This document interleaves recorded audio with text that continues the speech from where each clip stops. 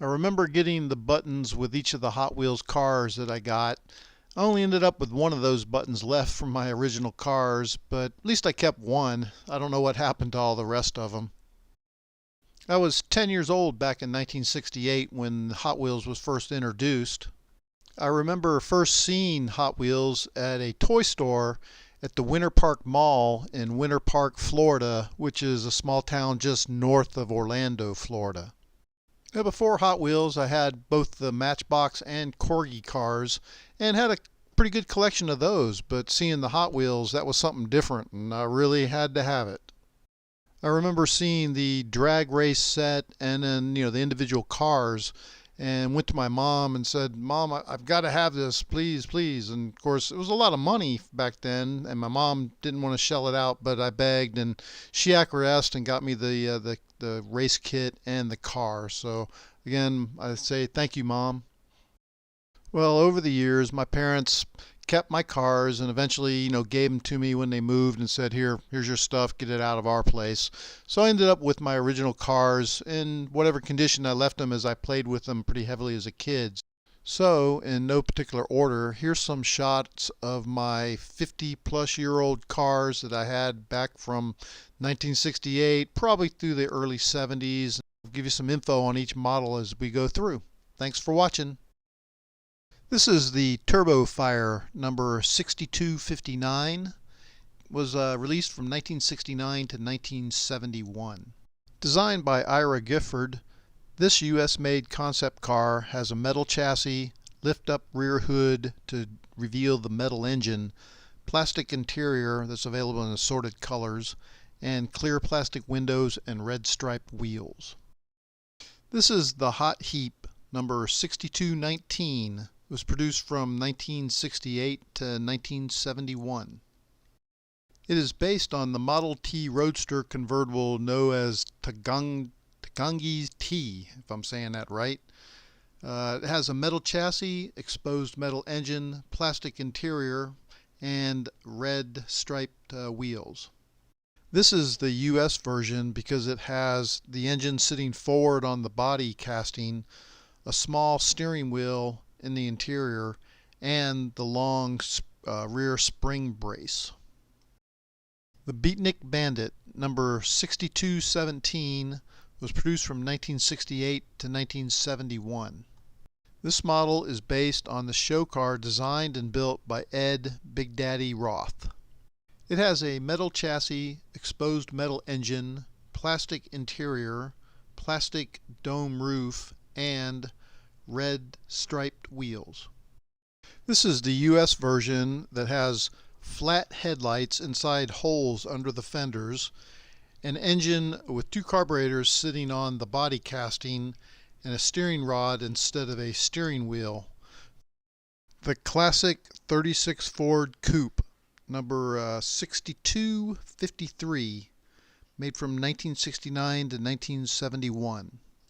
This customized 1936 Ford Coupe has a metal chassis, a plastic interior, an exposed metal engine, an opening rumble seat, clear windows, a smooth black roof, red striped tires, and was made in the US.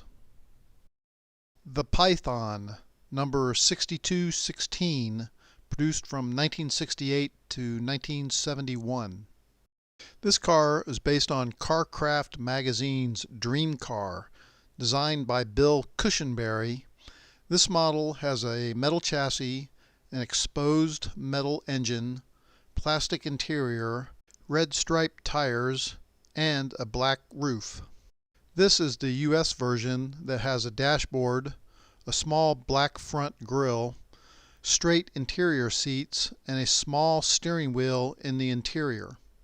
The two carburetor engine sits on the body casting, and the body hangs halfway over the chassis in the front but has no overhang in the back. The Custom T-Bird number 6207, produced from 1968 to 1969. This 67 Ford Thunderbird has a metal chassis, a plastic interior, red striped tires, and a lift-up hood. This is the Hong Kong version that has no dashboard, a large black steering wheel sticking through the interior, wider taillights, and no black on a large front grille. You can also see that this is the car that I saved the one badge of all the cars that I had. The Twin Mill, number 6258, was produced from 1969 to 1971. This concept car was designed by Ira Guilford. It has a metal chassis, two chrome plastic engines, a plastic interior, clear plastic windows, red striped tires, and was made only in the US. I'll have to say that the Twin Mill is probably one of my most favorite Hot Wheels cars of all time. The Custom Corvette, number 6215, produced from 1968 to 1971.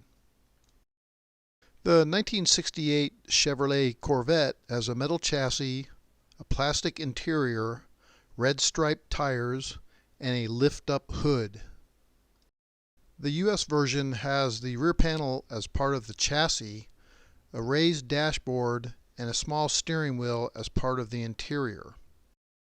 Although these cars are not rare, this model's popularity with the Chevy and Corvette collectors makes it one of the more desirable models in the Hot Wheels line. The Torero, number 6260, produced from 1969 to 1971. This concept car was designed by Ira Guilford. It has a metal chassis and engine, a lift-up hood, plastic interior, clear plastic windows, red striped tires, and was only made in the US. The Splittin' Image, number 6261, produced from 1969 to 1971. This US-made concept car was designed by Ira Guilford. It has a metal chassis, plastic interior, clear plastic windows, and red striped tires. The Custom Mustang, number 6206, produced from 1968 to 1969. This 1967 Ford Mustang Fastback has a metal chassis, plastic interior, red striped tires, a lift-up hood, a black roof, and was available with either open or closed hood scoops. It was also issued in smooth or louvered rear window versions, which this is one of those. This is the US version that has a raised dashboard, a small steering wheel as part of the interior, and is only black in the center by the taillights. The Mustang with the louvered back windows is very difficult to find and has only been seen in red, blue, orange, and yellow. This is the orange version. The Custom Camaro, number 6208, produced from 1968 to 1969. This 1967 Chevrolet Camaro has a metal chassis, a plastic interior, red striped tires, and a lift-up hood, of which this one's missing. This is the US version, which has a raised dashboard and a small steering wheel as part of the interior.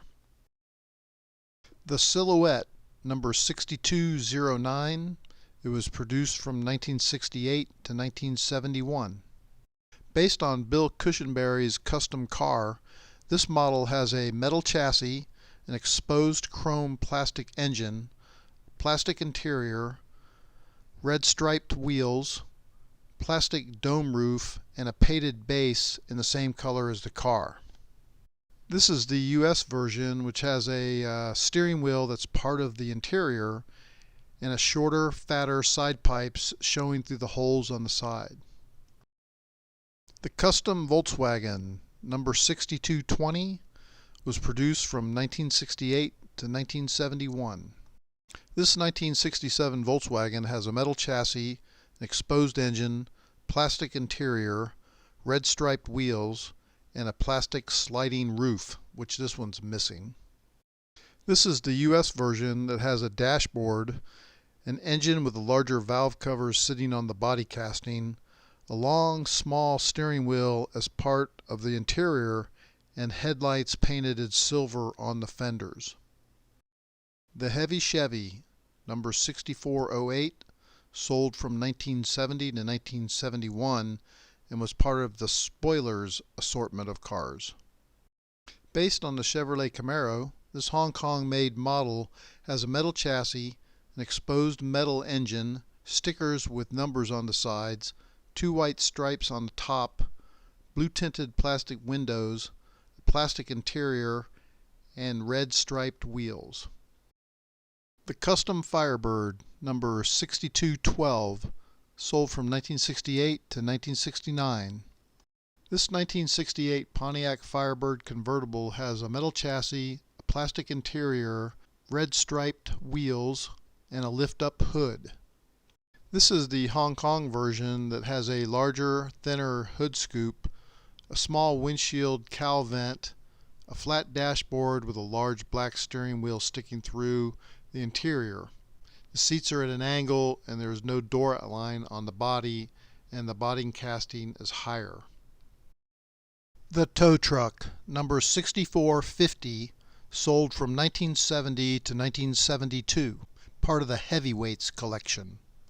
Designed by Ira Guilford, this Hong Kong-made concept model has a metal chassis with a yellow plastic bed and cowling around the bed, a white plastic tow bar, and a metal towing hook, a decal with the black Hot Wheels logo and tow service on the cowling sides, blue tinted plastic windows, plastic interior, and red striped wheels.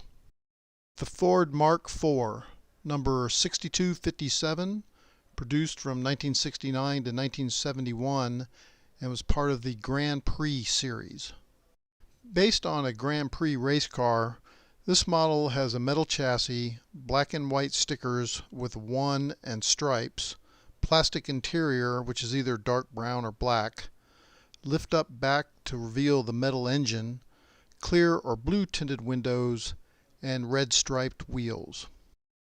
The classic 32 Ford Vicky, number 6250, produced from 1969 to 1971.